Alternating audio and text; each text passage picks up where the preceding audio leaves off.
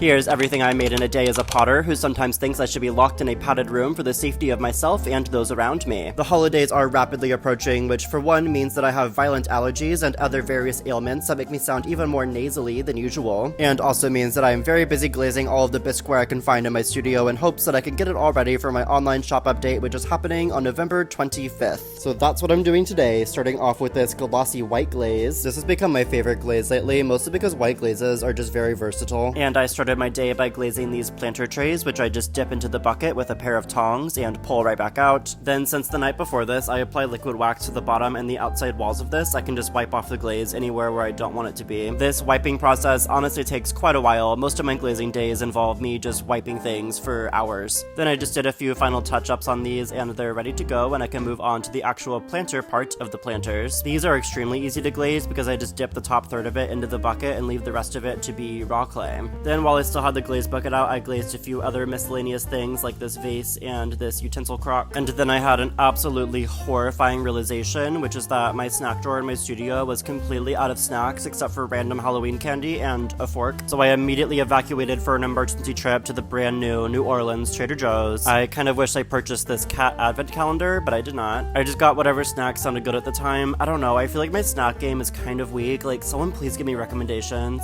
I also ate this mediocre wrap thing for sustenance. And then back to glazing. Now we're doing these little salt cellars. I glaze these using a pouring method to coat the inside and then dip it into the glaze bucket to coat the outside. And these have lids, which I also waxed the night before, so I just dip that into the bucket, pull it straight out. I also had all these spoon rests that I glazed in the same way. I also have this purple glaze, which is new at our studio, and I think I'm the first person to try it, so I put a few things in here just to see how it behaves. It beat it off really well with the wax, which is exciting because I can do a lot less wiping, but we'll just have to see how it fires before I can use it on more stuff. Next on the list is these cups that I wanted to glaze, which I'm doing in several different colors. These are pretty quick for me to glaze using the pouring and dipping method again. And now I have all these things that are ready to go into the kiln. I fire everything in communal firings with other people in my studio, so I just leave them on these shelves and they get fired when they get fired. I also always have a bunch of mistakes that I make while glazing, which is totally fine because I can just wash off the glaze, and once the pots are dried out again, I can just glaze them again like normal. Then for my final trick of the day, I applied some wax onto things that I wanted to glaze the next day, which wasn't actually the next day because I got very sick. Because me and fall allergies have some serious qualms, but I waxed them for whenever I get to them. Then did some mopping. At this point it was like midnight because I'm nocturnal. I would show you the finished products, but it's a day in my life and I don't know what they look like because they're not in the kiln yet. So we will experience this cliffhanger together.